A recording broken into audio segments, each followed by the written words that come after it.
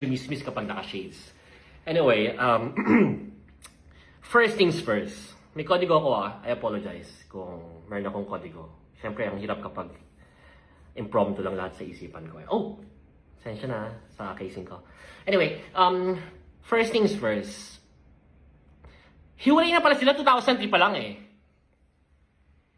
As in, there's a court order issued by Pasig City Regional Trial Court or Metropolitan Trial Court, I don't know, basta Pasig City Court, nahiwalay na pala itong mag-asawang to 2003 pa lang. And given na walang divorce sa Pilipinas, so ano lang yung meron sila?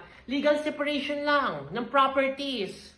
Nawala na yung conjugal blah blah blah. After 11 years of marriage, kinasal sila 1992. The court order of legal separation was issued 2003. So after 11 years of their marriage, tapos na, finish na. Simula na 2003, wala na, we are legally separated. Yung kikitain mo, kita mo na yan. Yung kikitain nyo, kikitain ko na yan.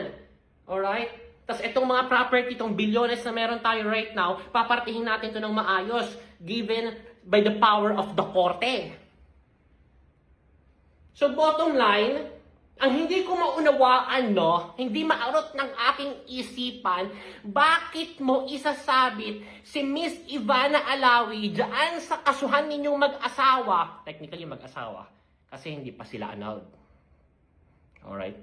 Ngayon, nag-file ng annulment si lalaki, kaya lumalaban ngayon si babae. Na ipinaglalaban niya na, naku, maraming babae yan, hindi yan faithful, may mga ganito yan, mistress yan, may blah blah blah blah blah blah. Nakabuntis pa nga yan ng 2 babae. Illegitimate child, 2. And all throughout the 21 years, napakaraming naging babae ni Mr. Ang hindi ko maintindihan after 2 dekada, bakit mo igigit-git or iipitin or atakihin or babanatan or isasama sa kaso yung isang babae na 6 years old pa lamang nung naghiwalay kayo.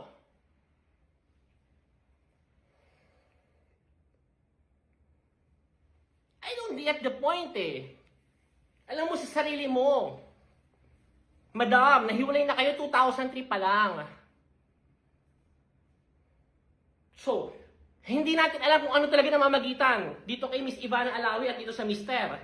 Sabi nga nila, walang usok kung walang apoy. At dahil merong usok, merong apoy. So whatever it is, ang bottom line dito, 2003 pa lang kayo hiwalay, bakit mo kinakaladkad yung pangalan ni Ivana? Labo mo, Madam. Diba? Nakabuntis nga, ikaw na mismo nagsabi sa petition na final mo dun sa affidavit mo or whatsoever you call it na nakabuntis yung asawa mo 2 babae, meron siyang 2 illegitimate child. Dun pa lang sa puntong alam mo sa sarili mo na matagal na itong may mga kinakasama. So bakit mo kakalgarin yung pangalan ni Ivana? Kasi sikat siya? Anong strategy mo? What's your game plan here? Na mas papanigan ka ng korte? Kasi merong isang sobrang laking pangalan na tao with 34 million followers or about 40% of the internet population of the Philippines na very strategic na siya yung gamitin mo sa kaso mo para manalo ka sa annulment case at papunta sa lahat ng ari-arian? Ganun ba yun? Hindi ko maunawaan eh. Please explain nga. Kasi para makatulog kami mga marites eh. Diba? Hirap makatulog kapag ganyan iniisip pa namin kung ano bang plano mo talaga. Eto pa. Alam mo, maraming naging babae si Mr. Yung legal husband. Or legal husband. Kasi hindi pa nga annulled eh.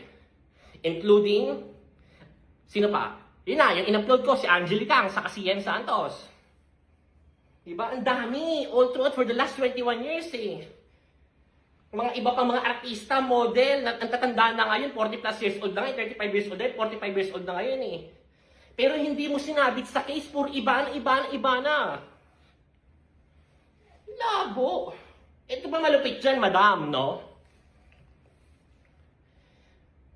Halos nakuha mo na lahat ng ari-arian ng asawa mo eh.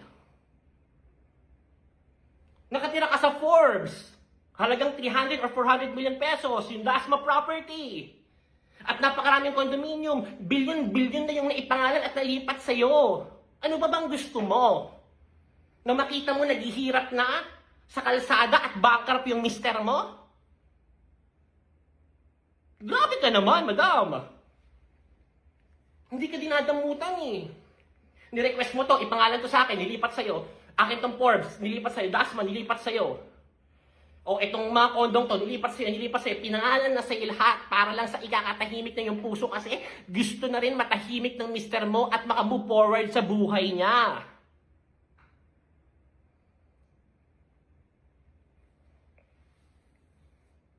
Pero ikaw, gusto mo lahat mapunta sa'yo. Ano ba yung pinaka-goal mo na makita siya naghihirap at namamalimos sa kalsada? Para wala na yung mga lumapit sa kanya mga kababaihan? Ganun ba yon? Higanti ba ito? Paghihiganti? Ano hihigantihin mo? Wala namang ginawa sa'yo yung mali ng tao. 2003 pa lang, hiwalay na kayo. Binigay lahat sa'yo. May kinrabaho ka ba, madam? Pinaghirapan lahat yan ng mister mo bilang isang malaking negosyante.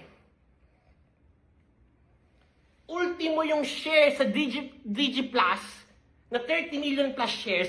Right now, magkano yung halaga nun, madam? 1.6 billion pesos. Nakapangalan pa rin sa'yo. Billionaire ka, peso, multi-billionaire kang madam.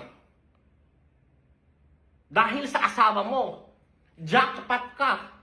Dahil sa paghihiwalay niyo, dahil sa legal separation niyo, binigay niya sa lahat kasi napakabuti ng asawa mo eh. Kung iba yan, naku!